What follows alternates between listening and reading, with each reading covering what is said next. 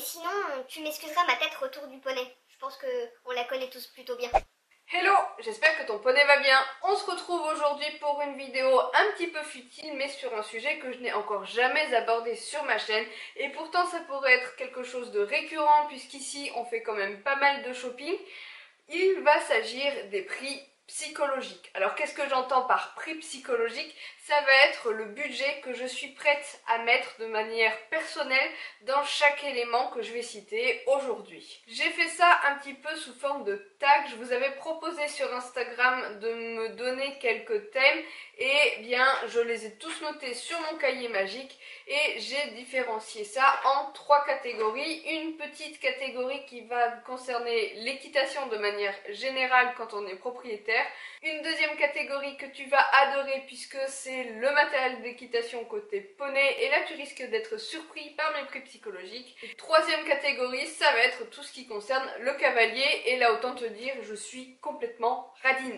La première question qu'on m'a posée, c'est mon prix psychologique pour un cheval. Oui, c'est un petit peu bizarre comme question, mais c'est vrai que lorsqu'on cherche à acheter un cheval, on a besoin d'y accorder un budget. Et c'est très personnel, mais j'ai largement en tête que pour moi, un cheval doit être moins cher qu'une voiture. Bah oui, forcément, la voiture, on s'en sert tous les jours. C'est pas vital, mais presque pour aller travailler, pour aller se déplacer, faire nos courses, etc., etc.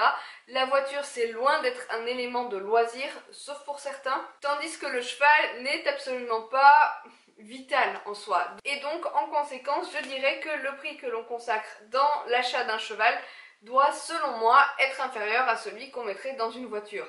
Bon, pour vous faire une idée, moi j'ai acheté une Twingo d'occasion. La seconde question qui en découle, c'est le prix qu'on est prêt à mettre dans une pension. Alors là, ça va être très vague parce que ça va dépendre de la région dans laquelle on vit, du mode de pension, si c'est du box, si c'est du prêt, etc., etc.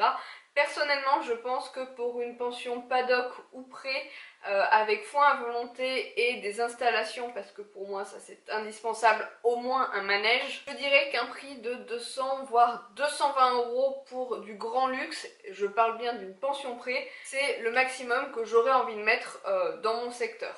Ensuite, on m'a demandé le prix que j'étais prête à mettre dans un cours particulier.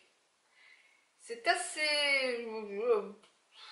30 €. Bon, ok, ça va pas être un cours particulier avec un grand cavalier olympique, mais ça va pas être non plus le centre équestre bouseux du coin, quoi. Pour rappel, je vis en Charente-Maritime. Ça doit franchement aider pour avoir tous ces tarifs. Bon, allez hop, on passe à la deuxième catégorie qui, celle-ci, est beaucoup plus fun puisqu'on va parler du matériel autour du cheval. C'est vraiment la catégorie qui va me plaire le plus. Et tout naturellement, on va commencer par la selle puisque c'est la première chose à laquelle on pense quand on cherche à équiper un cheval.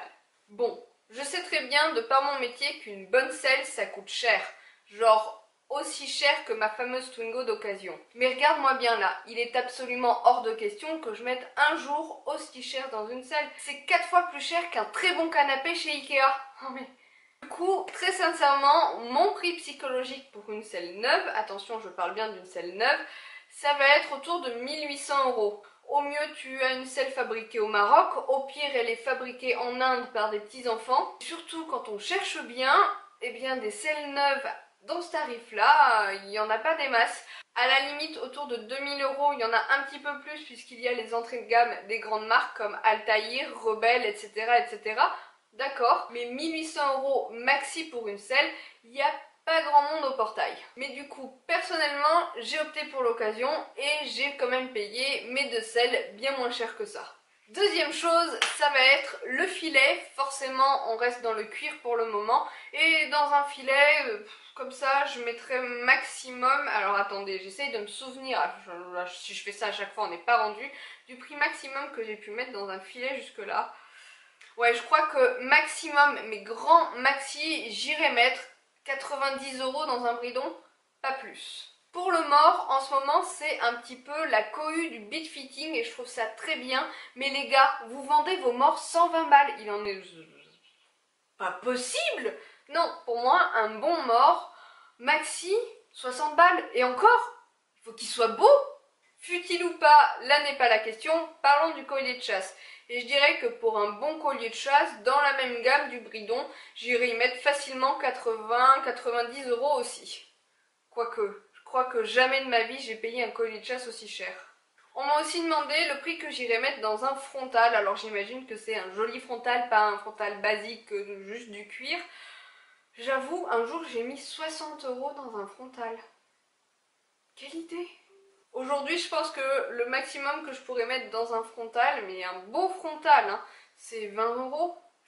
Côté équipement de la selle, tout ce qui est étrivière et sangle, dans une paire d'étrivières, j'avoue que jusque-là, j'étais pas prête à mettre plus de 30 € et les dernières étrivières que j'ai achetées, 30 balles, c'est de la...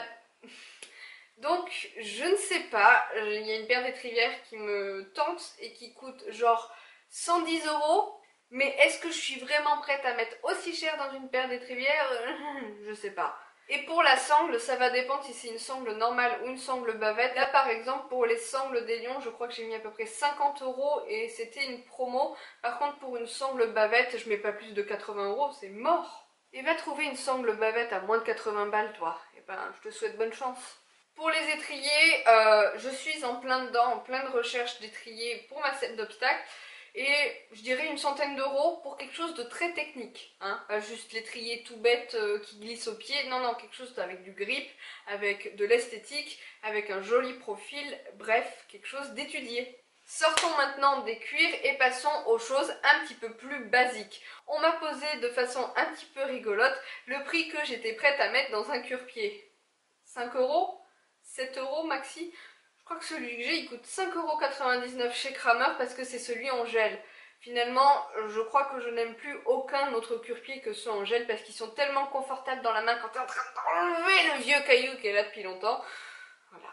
Et puis sinon, on m'a aussi posé la même question pour une brosse toute bête. Et pour moi, une brosse toute bête ne doit pas coûter plus de 8 balles. Au-delà de ça, c'est vraiment une brosse très technique et... des brosses à 15 balles, non, je comprends pas. Une fois, je me suis trompée dans un magasin, j'ai pris une brosse, elle était mal étiquetée. J'ai cru qu'elle était genre à 6 € et je trouvais ça déjà cher. Et quand j'ai regardé la facture, elle était à 15 €. Je crois que la brosse, elle est au fond de mon seau, je n'ose pas m'en servir. Ensuite, pour un licol et une longe, je dirais... Pour l'ensemble et en synthétique, 20 € le licol, 8 € la longe, une trentaine d'euros pour l'ensemble. Pour un licol en cuir, 50. Je sais que sur les stands dans les salons, il y a moyen d'avoir pour 50-60 € grand maxi avec la petite plaque gravée, un très beau licol en cuir. Attends, je vais barrer au fur et à mesure ce que j'ai déjà fait parce que j'ai l'impression de me répéter. Alors le cheval c'est fait, la selle c'est fait. On m'a également demandé le prix que j'étais prête à mettre dans un produit de soin. Alors là je vais rester sur des choses basiques, genre du démêlant ou de la graisse à pied. 10-12 €, en gros, en dehors de ce qu'il y a chez Decat, pas grand chose quoi. Il y a eu aussi la paire de guêtres. Alors je parle pas de protège-boulet parce que je n'en utilise pas et je pense que je n'en utiliserai jamais sur Elion.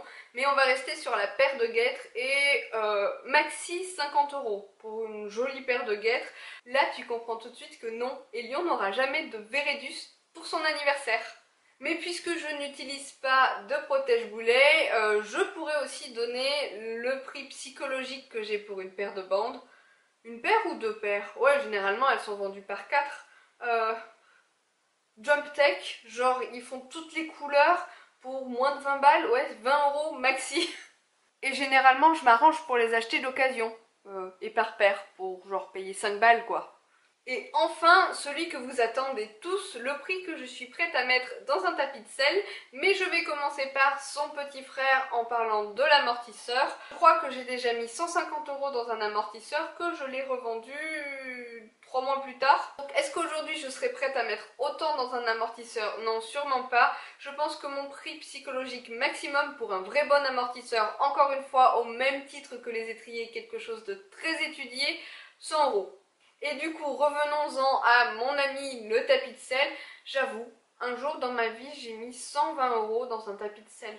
Aussi, le dernier que j'ai acheté a dû me coûter à peu près 60 €. Mais très sincèrement, pour que je mette 60 € dans un tapis de selle, il faut qu'il m'ait tapé dans l'œil et je mets genre 6 mois à me décider avant de l'acheter. Je crois que mon vrai prix psychologique pour un tapis, c'est 50 €. Je suis capable d'aller jusqu'à 55 € hors frais de port. Vraiment, si c'est un modèle qui me plaît. Si c'est quelque chose de plus cher, j'aurais même tendance plutôt à le demander à mon anniversaire ou à Noël. J'en ai fini avec les affaires de poney, passons aux affaires du cavalier. Et là tu vas le voir, comme je le disais dans l'intro, je suis carrément rapia par rapport à ça. On va commencer par le premier élément selon moi indispensable quand on est cavalier, le casque. Encore une fois, de par mon métier, je sais que le casque haut de gamme coûte très cher. Non, non, pour moi un casque c'est du consommable, c'est-à-dire que tu te casses la margoulette sur la tête, tu changes de casque, point barre. Donc en gros, mon prix psychologique pour un casque, c'est le prix que je suis capable de mettre de manière imprévue du jour au lendemain dans un accessoire. Genre 20 €? Non, je rigole. Je dirais 100 € maxi.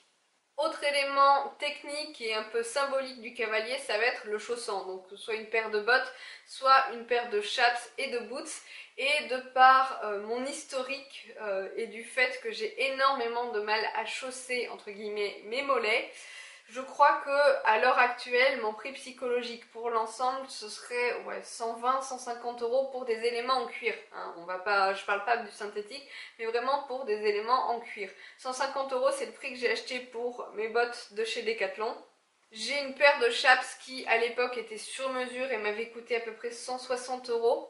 Mais voilà, c'était vraiment quelque chose d'exceptionnel autant pour l'un que pour l'autre. Contrairement au casque, le chausson pour moi, ce n'est pas forcément du consommable parce qu'à partir du moment qu'il est en cuir, on peut se rendre chez le cordonnier qui est un artisan qui va pouvoir te réparer, si tout va bien, ta paire de chaussures, ta paire de bottes ou ta paire de chaps pour te permettre de leur rendre un petit peu de longévité, qu'elle te dure plus longtemps quoi.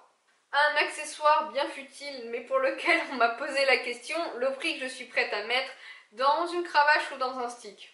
12 € maxi pour le stick, hein. La cravache ça doit coûter 8 balles. On passe désormais aux vêtements et là je crois que je suis la pire. Pour un pantalon, ça me fait mal aux fesses, excuse-moi l'expression, de mettre plus de 50 €. J'ai mis une fois 60 € dans un pantalon d'équitation. Il est bien, mais il a rien à envier à Fuganza quoi. Finalement, même mes pantalons à 30 € chez Decat font très bien l'affaire. Le gros négatif pour moi avec les pantalons de Fuganza, c'est que les collections sont parfois un peu bizarres. Et je les trouve moches, des fois. Sauf quelques exceptions. Je me suis listé quelques éléments slash vêtements assez symboliques de la tenue du cavalier, en commençant par la paire de chaussettes. Alors ouais, c'est un peu bizarre de vouloir mettre un prix psychologique dans une paire de chaussettes, mais il y a des marques de paires de chaussettes, pour n'en citer aucune, il y aura par exemple Kingsland, c'est juste pas possible, c'est une paire de chaussettes les gars. Genre c'est le truc, au bout de 6 mois, t'as un trou vers le gros orteil. Non, moi je pense que le prix idéal pour une paire de chaussettes d'équitation, la gamme Cozy Socks par exemple, c'est tout à fait raisonnable. Il y a les gants aussi d'équitation. Alors depuis quelques années, il y a cette cohue autour des gants Self-Shield, je crois. Non, Roekel. Non, c'est pareil. En 6 mois, allez, en un an, une paire de gants, c'est troué là, c'est troué là. Bref, c'est des éléments dont je me sers autant pour curer les pieds boueux de mon poney, pour râper les pieds, pour aller dans les bois où je pousse les ronces comme ça. Non, 15 balles, voilà. Et encore 15 €, c'est une belle paire de gants chez Decathlon. Un autre symbole de l'équitation, c'est la doudoune sans manches, et je suis une grande fan personnellement des doudounes sans manches. Je sais que certains n'aiment pas ça, mais en hiver, je ne peux pas vivre sans ma doudoune sans manches. Et ces derniers mois, j'avoue, j'ai essayé de trouver quelques doudounes sans manches pour agrandir ma collection, et je me suis rendu compte que les doudounes d'équitation étaient hors de prix. Et en fait, les gars, je suis juste allée chez H&M et une doudoune sans manches, ça coûte 30 balles. Voilà. Et en plus, moi, je les achète d'occasion sur Vinted et j'en ai pour 10 balles. Sinon, si on va encore plus loin, il y a le blouson d'équitation et certes, pour des choses très techniques, on voit des prix qui me font juste, comme tu peux le voir, qui me laissent sans voix. Alors qu'on veuille un blouson d'équitation qui soit un petit peu technique, ma foi, je peux l'entendre. Mais personnellement, mon blouson d'équitation, je ne le supporte pas à cheval. Donc finalement, je suis plutôt du genre à ne pas vouloir mettre trop cher dans un élément que je vais finir par virer au moment du pansage et à balancer dans la paille ou par terre. non, je veux pas mettre trop cher là-dedans, 60 € c'est bien. Et encore, non, ouais, ouais, maxi, 60. Parce qu'il y a des manches par rapport à la doudoune sans manches, quoi. Et voilà, j'en ai fini avec ma fameuse liste des prix psychologiques. N'hésite pas à me demander dans les commentaires si tu avais d'autres suggestions d'éléments que je n'ai pas listés aujourd'hui. Je t'y répondrai avec grand plaisir. N'hésite pas aussi à piocher quelques petits éléments dont tu pourrais me donner ton prix psychologique également. Sur ce, j'espère que cette vidéo t'aura plu. Je fais plein de papouilles à ton poney et je te dis à bientôt dans une prochaine vidéo. Ciao ciao!